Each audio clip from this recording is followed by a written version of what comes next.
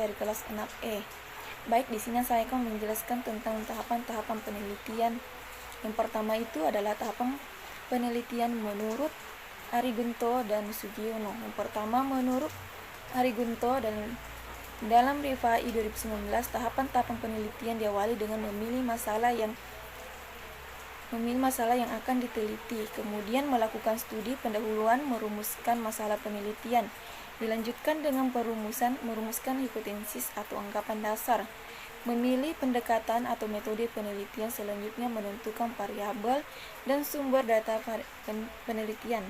Setelah itu dilakukan pengumpulan data yang kemudian dianalisis. Hasil analisis itu menjadi dasar pengembalian ke kesimpulan dan terakhir adalah membuat laporan penelitian. Sedangkan menurut Sugiono, dalam MSIM 2013 mendapatkan tahapan-tahapan penelitian dalam pengembangan adalah yang pertama itu identifikasi masalah. Tahapan ini adalah tahapan melakukan identifikasi atau pemeriksaan mendalam terhadap suatu permasalahan. Kedua, pengumpulan informasi. Tahapan ini adalah tahapan pengumpulan informasi terkait dengan permasalahan yang sedang diteliti. Yang ketiga, desain produk. Tahapan ini adalah tahapan di mana penelitian produk dikembangkan melalui penelitian. Pada tahapan ini akan dibuat suatu rancangan tentang produk yang akan dikembangkan dari suatu penelitian. Yang keempat, validasi produk. Tahapan ini adalah tahapan validasi. Validasi yang dimaksud pada tahap ini adalah memutuskan kevaliditan desain atau rancangan produk yang akan dikembangkan pada penelitian. Yang kelima, perbaikan desain. Tahapan ini adalah tahapan perbaikan di mana rancangan yang telah dinilai pada tahapan tersebut jika ada hasil validasi produk.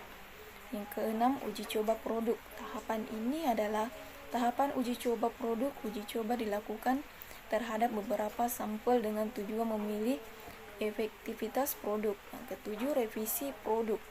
Tahapan ini adalah tahapan revisi produk yang dilakukan karena alasan-alasan tersebut. Salah satunya adalah karena hasil coba yang dilakukan pada tahapan sebelumnya tidak memberikan hasil yang menggambarkan kondisi sesungguhnya terhadap kekurangan dan kelemahan produk.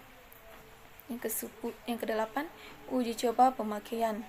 Tahapan ini merupakan tahap uji coba produk yang lebih luas daripada tahapan sebelumnya. 9. Revisi produk terhadap akhir. Tahapan ini adalah dilakukan jika hasil uji coba pemakaian produk memiliki hasil yang tidak sesuai atau kurang produksi massal. Tahapan ini merupakan tahapan terakhir dari penelitian dan pengembangan. Akan dilakukan produksi secara massal jika keseluruhan produk sebelumnya telah dilalui dengan hasil yang positif agar dapat dimanfaatkan secara luas. Yang kedua, tentang penelitian. Yang kedua itu, apakah perbedaan yang mendasar dari tahapan tersebut? Perbedaan terletak pada metodologi tahapan penelitian dalam merumuskan masalah dan dalam penarikan kesimpulan tentang masalah. Yang ketiga, tuliskan alur tahapan penelitian kuantitatif. Yang pertama, mengidentifikasi, memilih, dan merumuskan masalah. Pada tahap ini, penelitian ditentukan untuk mencari masalah yang paling relevan dan menarik untuk diteliti. Yang kedua, menyusun kerangka pemikiran atau kerangka pemikiran merupakan susunan dari poin-poin utama dari mulai awal permasalahan yang akan diteliti sampai dengan hasil yang diharapkan dari penelitian yang bersifat logis. Ketiga, perumusan hipotesis.